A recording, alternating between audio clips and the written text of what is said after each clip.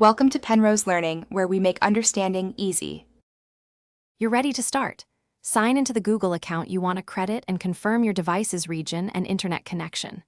Once done, locate your physical or emailed Play code. Count characters so you don't mistype. Open the Google Play app or visit the Play website, tap the menu, and choose Redeem. That first step sends you straight into the field where you'll enter the code, so make sure autofill is off and you can type every character accurately. Now you enter the code.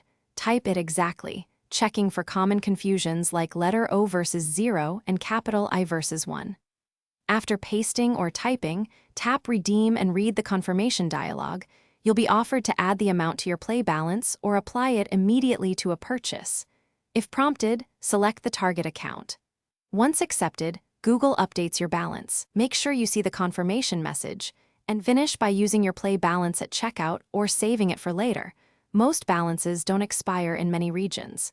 If the code is rejected, stop and recheck account region, correct keyboard input, and that the card hasn't been redeemed elsewhere. Retry copying and pasting exactly. If problems continue, gather the gift receipt or email, the exact error text, and your Google account email, then contact Google Play support for resolution. That documentation speeds up help and prevents delays.